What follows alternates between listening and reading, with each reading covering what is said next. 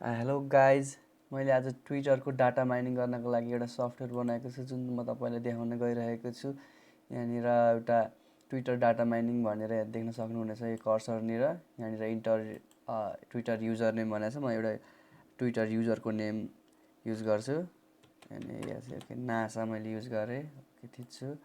त्यसपछि get user data भन्ने button आउँछ। त्यसपछि मैले बटन थिच्दाखेरि यहाँ हेर्नुहोस् user name NASA, number of followers, number of friends अनि लेटेस्ट स्ट्याटस यो रहेछ।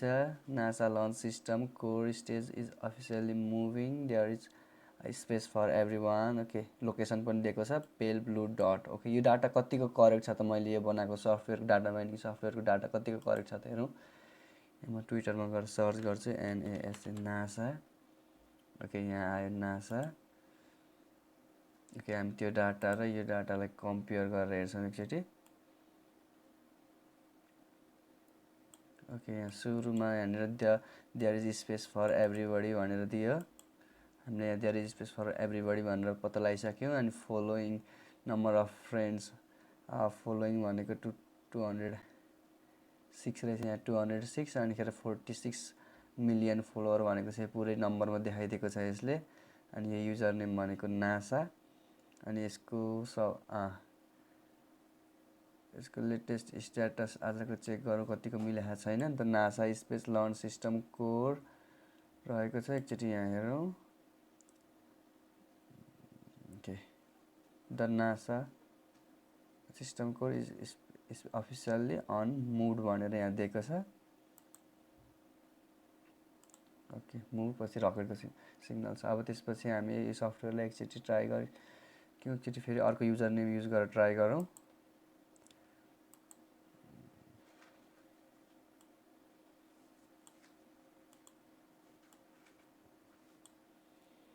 ओके एकचोटि फेरि ट्राई गरौँ। ओके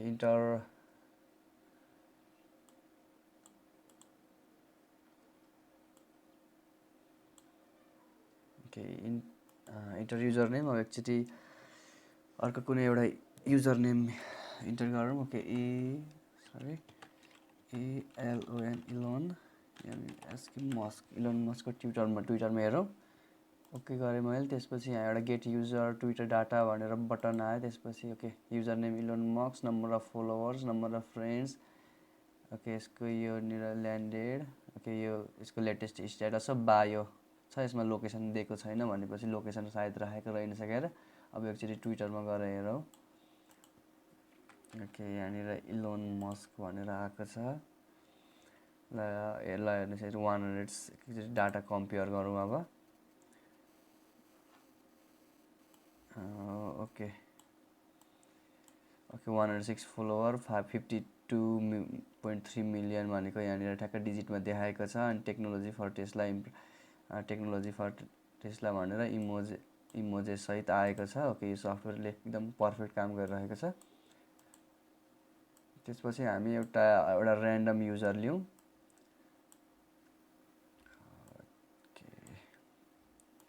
त्यसपछि हामी एउटा ऱ्यान्डम युजर लियौँ। एकचोटि म फेरि आफूले बनाएको सफ्टवेयरलाई VS कोडबाट एकचोटि फेरि स्टार्ट गर्छु। ओके सपोज मलाई एउटा कुनै पर्सनको नेम ओके सच राम भन्ने मान्छेको ट्विटर एकाउन्ट छ कि छैन त चेक गरौँ। ओके थिचेँ मैले। ओके गेट युजर डाटा आयो भनेपछि रहिसक्यो र। Okay user name Ram. Okay यो को मलाई पनि थाहा छैन बट यसरी हामीले कोही युजर छ कि छैन भनेर चेक गर्न नि मिल्छ। कि राम भन्ने यस्तो रहेछ। एकचोटि हामी ट्विटरमा गएर चेक गरे हेरौँ को रहेछ त राम नेमबाट ट्विटरमा।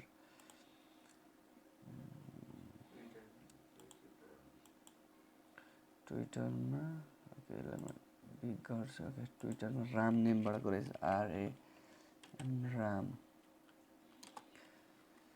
त्यसपछि हामी सर्च गरौँ। त्यसको युजर नेम हेर्छौँ हामी। User name @Ram. ओके हामी @बाटै जाउँ। ओके @राम भनेपछि कोही न कोही ओके यहाँ रहेछ। ओके यसलाई खोलौँ हामी। ल हेर्नुहोस् यहाँनिर कति भनेको छ यसको 5500 73 रहेछ फलोवर्स। ओके एकचोटि डाटा चेक गरौँ। 5573। ओके यही मान्छे रहेछ हामीले भेटाइसक्यो। यो चाहिँ के रहेछ सिटिओ। ओके फाउन्डर के को फाउन्डर कुनै एउटा उसको फाउन्डर रहेछ। हो यसरी चाहिँ यो सफ्टवेयरले एकदम पर्फेक्टली काम गर्छ।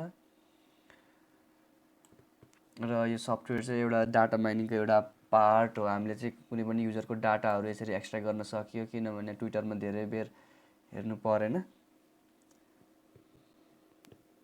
तपाईलाई यो सफ्टवेयर कसरी बनाउने यसको कोडहरू कसरी गर्ने भन्ने सम्बन्धी भिडियो चाहिन्छ भने कमेन्ट बक्समा लेखिदिनु होला र फेरि पनि यस्तो भिडियो लिएर आउनेछु। धन्यवाद।